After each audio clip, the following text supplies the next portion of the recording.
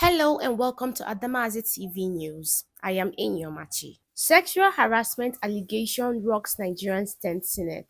On Thursday, March 6, 2025, Senator Natasha AkpotiUduaghan submitted a sexual harassment petition to the Nigerian Senate against its Senate President, Mr. Godswill Akpabio. President, distinguished colleagues, I'm Senator Natasha Akpoti-Uduaghan, and I stand to raise a petition under Order 40. A petition may only be presented to the Senate by a senator who shall affix his or her name at the beginning thereof. The petition is in my name against the President of the Nigerian Senate, His Excellency Senator Godswill Akpabio, for sexual harassment, abuse of office, and malicious obstruction of my legislative functions. You may recall, sir, that on Friday in Arise TV, I did make some statements. And I have decided to narrow these statements in a formal petition against the President of this Senate. So if it may please you, I would humbly step forward and lay this petition. Thank you. You may proceed.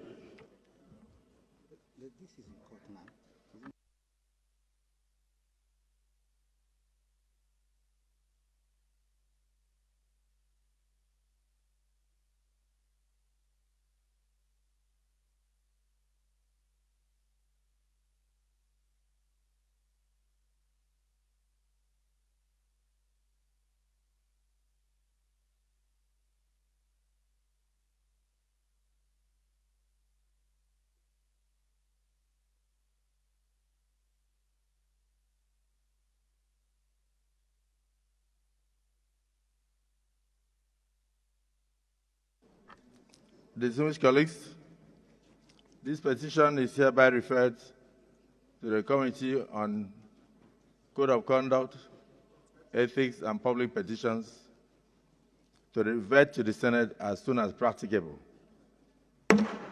Petition. Any other petition? Yes. Instead of rescuing himself for investigation, Mr. Akpabio and his fellow senators pronounced a judgment on Senator Natasha AkpotiUduaghan by suspending her for 6 months, cancelling all of her entitlements and security. Prayer 1. Yes. That the Senate do suspend Senator Natasha Akpoti-Uduaghan for 6 months for a total violation of the Senate Standing Rules 2023 as amended, for bringing the presiding officer and the entire Nigerian Senate in general to public opprobrium. Those in support of prayer 1 say aye. Aye. Those against say nay.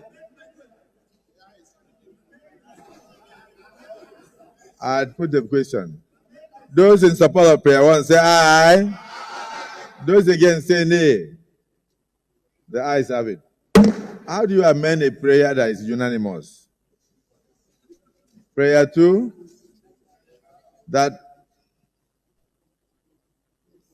for the Senate to consider lifting this suspension or reducing the tenor of the suspension, Senator Natasha Akpoti-Uduaghan shall submit a written apology to the Senate before any reconsideration by the Nigerian Senate.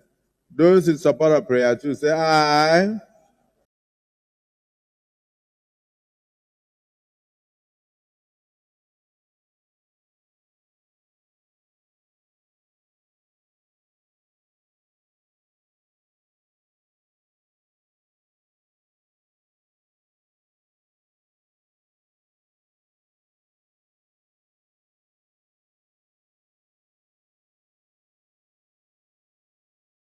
On Tuesday, March 11, 2025, Senator Natasha Akpoti-Uduaghan presented her case of sexual harassment and gender abuse to the women in the Parliament session at the Inter-Parliament Union meeting at the United Nations in New York. President of the IPU, good afternoon, colleagues.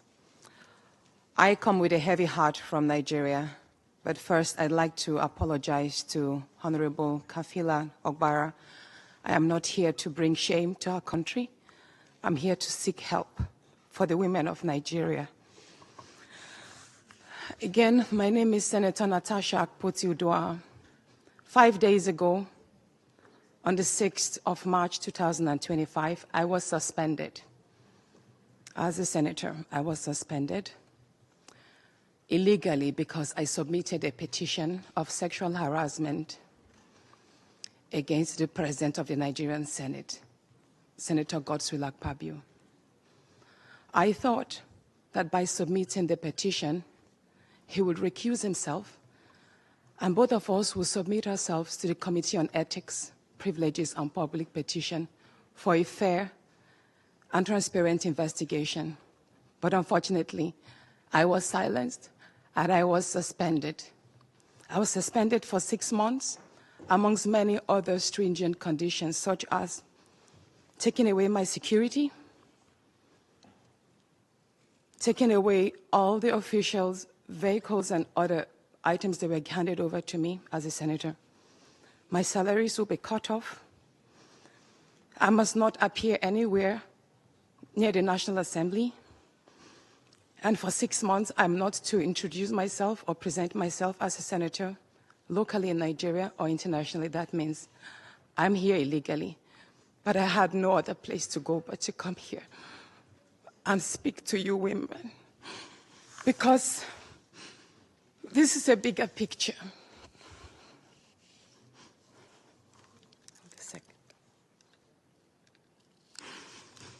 This is a bigger picture. It depicts the crisis of women political representation. My suspension is not just about me. It's about the systemic exclusion of women from political leadership in Nigeria. Women make up 3.6% of political offices, and in the Senate, it's just 2.8. We have 109 men, and only 4 of us are women. So right now, it's 108 with only 3 women. This is a clear case of political victimization, punishment for speaking out against impunity, corruption, and gender-based violence. The United Nations Declaration 48-104 declares sexual harassment as a form of gender violence. The Senate's actions are an assault on democracy. I was elected by my constituents to represent them. Yet a few powerful men have unilaterally decided to silence their voices by suspending me for 6 months. My call for an open and transparent investigation into harassment allegations have been met with hostility instead of accountability. If a female senator can be treated this way in the full view of the world, imagine what ordinary Nigerian women will go through every day in workplaces, in universities, and other aspects of our society. A culture of harassment and silencing must end. And this is not just a Nigerian issue. It is a global one. Women in politics, media, and businesses face threats, intimidation, and violence for simply demanding fairness. From sex for grades scandals in universities to harassment in workplaces and political spaces, Nigerian women have constantly been forced into silence. We need stronger legal protections and a zero culture tolerance for gender-based discrimination and intimidation. My call to the international community is such that the world must not stay silent as democracy and women's rights are rolled back in Nigeria. I call on human rights organizations, women movements, and democratic institutions to hold the Nigerian Senate accountable. Nigeria needs global partners to push for women's political inclusion, safety, and protection from political harassment. You may ask, what are my next steps? I will resist the political intimidation. In the past few days, a number of my colleagues, my male colleagues, have reached out to me and said, Natasha, all you need to do is apologize and retract your statements. And I told them I am not going to apologize. I will not apologize for my truth.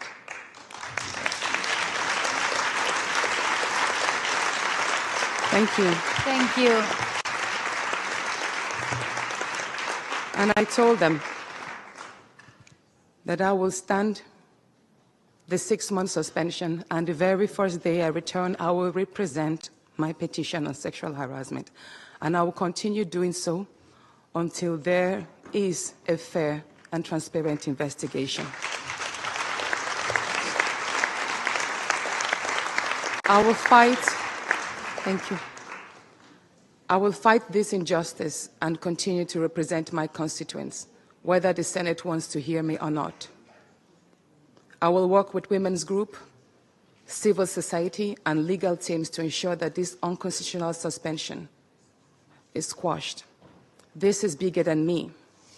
This is about ensuring that no other woman in politics or public office will ever be silenced again. Thank you so much. Thank you. This injustice will not be sustained. The pursuit for justice